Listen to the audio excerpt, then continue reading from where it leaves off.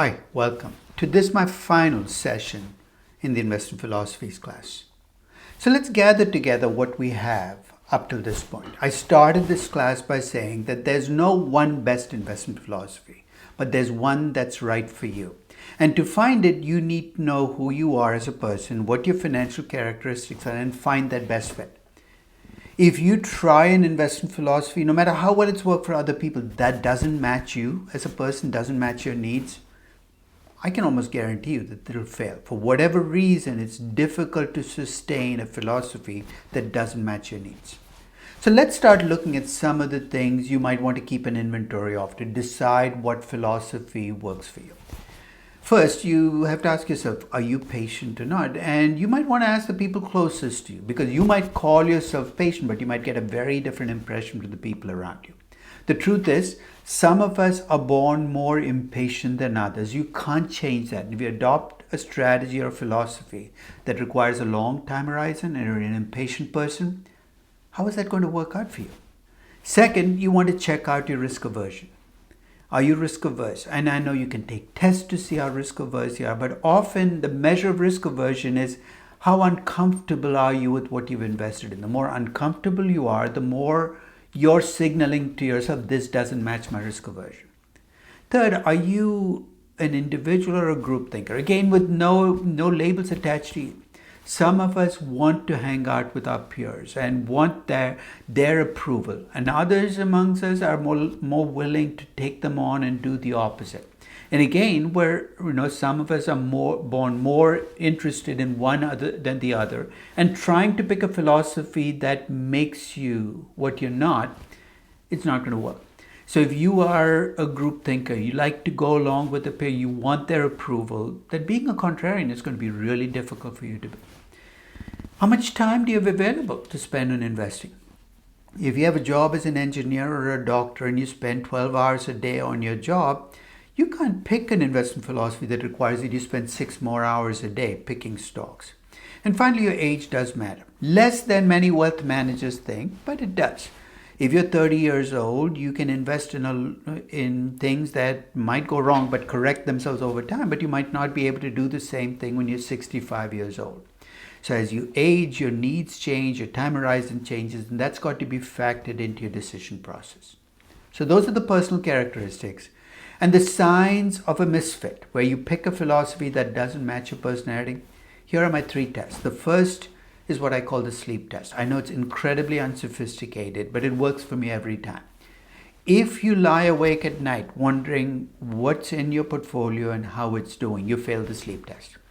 My measure of a sleep test is when you pick your portfolio and you go to bed, your portfolio shouldn't even be on the top 10 lists of things you go through. You should be able to sleep through the night.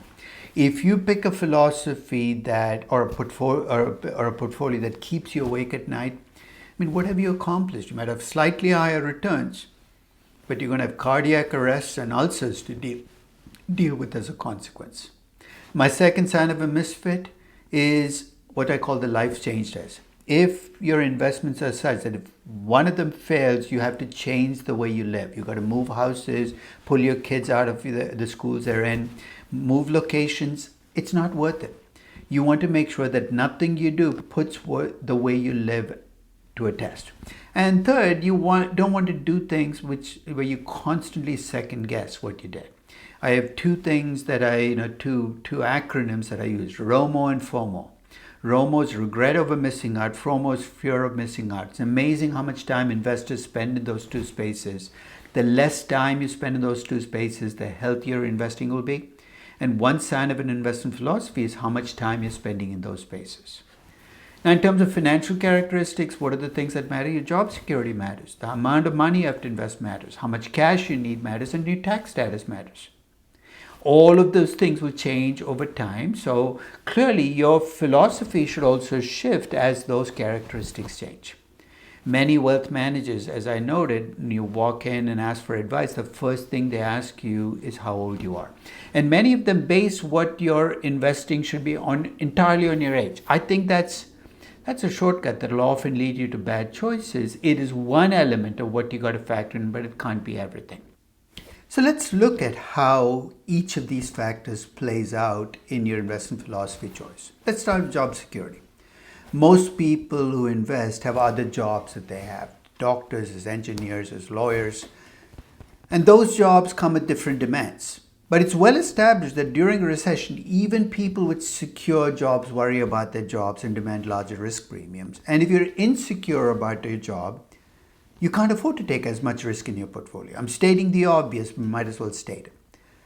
Now, what you invest in will also be determined by what your perception is of your future earnings capacity. If you believe that you're going to make a lot of money and you're going to continue to make a lot of money over the rest of your life, you will invest very differently from somebody who has a lower ceiling on how much they can make and much more variability over time in what they make. So your job security matters, the type of job you have matters in terms of what investment philosophy you pick. Of course, your job might be managing other people's money, in which case we'll talk about what you should do. But if your job is affecting your investing, it is natural. It's the way it should be.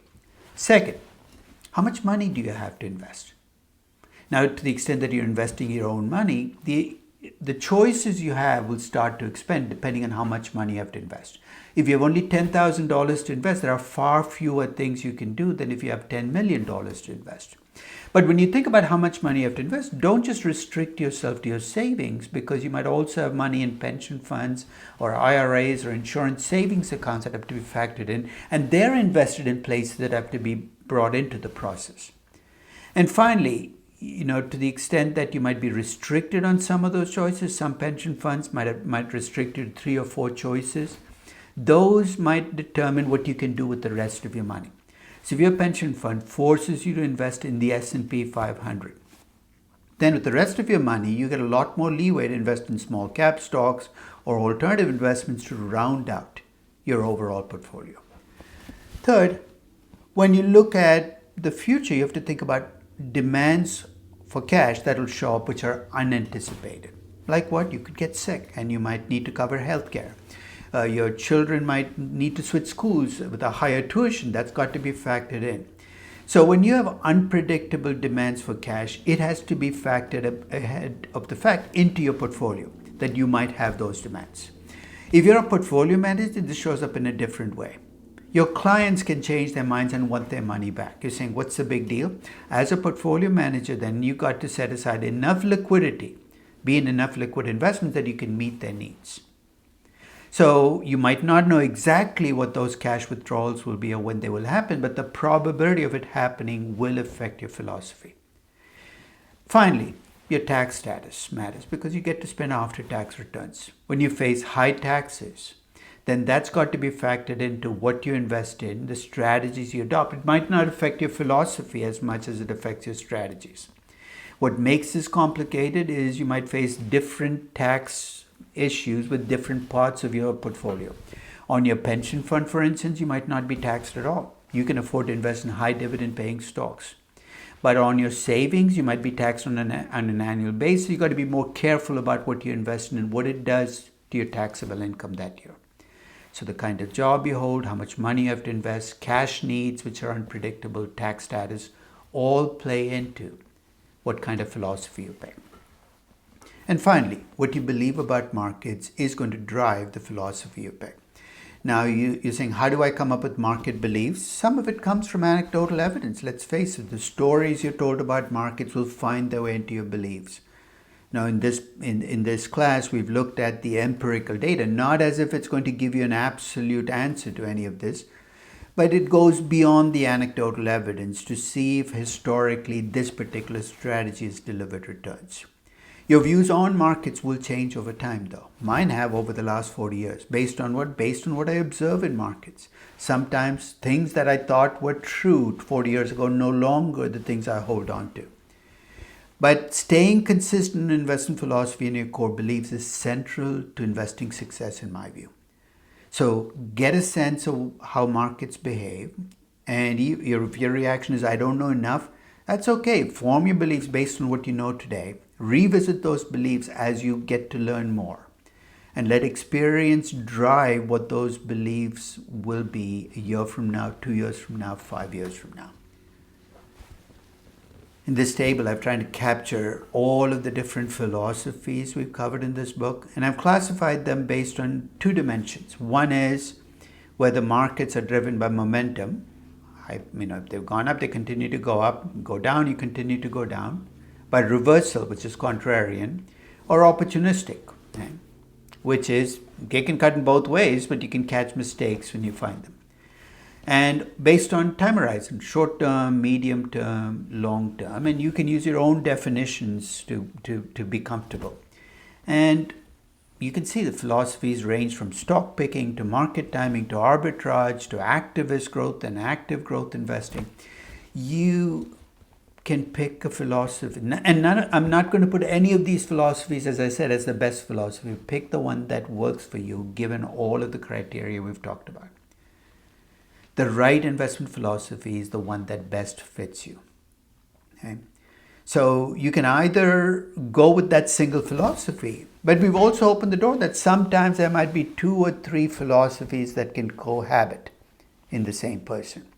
You might be a deep value investor as your core philosophy, but also believe that markets overreact to bad news and add information trading as a component. So, those are complementary philosophies because they're driven by fundamentally the same beliefs about markets, that markets, push out too much. In one case, you're taking advantage of the long-term payoff from that, the other short-term. My only advice is don't mix philosophies or strategies and make contradictory assumptions about market behavior over the same period, because those will be in conflict with each other. So when you combine strategies, make sure you're drawing on the same beliefs about markets, and make sure that you, in your mind, know what your dominant strategy is. And the example I gave about investing in deep value and trading on information, make a judgment as to what the lead philosophy is and what the complementary philosophy is, because that should govern where you spend your time. So in closing, the best way to find an investment philosophy is look within. So rather than read books on successful investors, spend some time thinking about what makes you comfortable, what makes you uncomfortable, and find a philosophy that fits you. And your choice of philosophy will be affected by what you believe about markets, how old you are, all of those things we talked about. That's part of the reason I am not an absolutist. I'm not going to go around judging people based on how they invest, because it's none of my business. You choose your philosophy based on what you believe. I would choose my philosophy based on what I believe. And maybe we both will. I hope you found these sessions useful, and I hope you find a way to an investment philosophy that best fits you.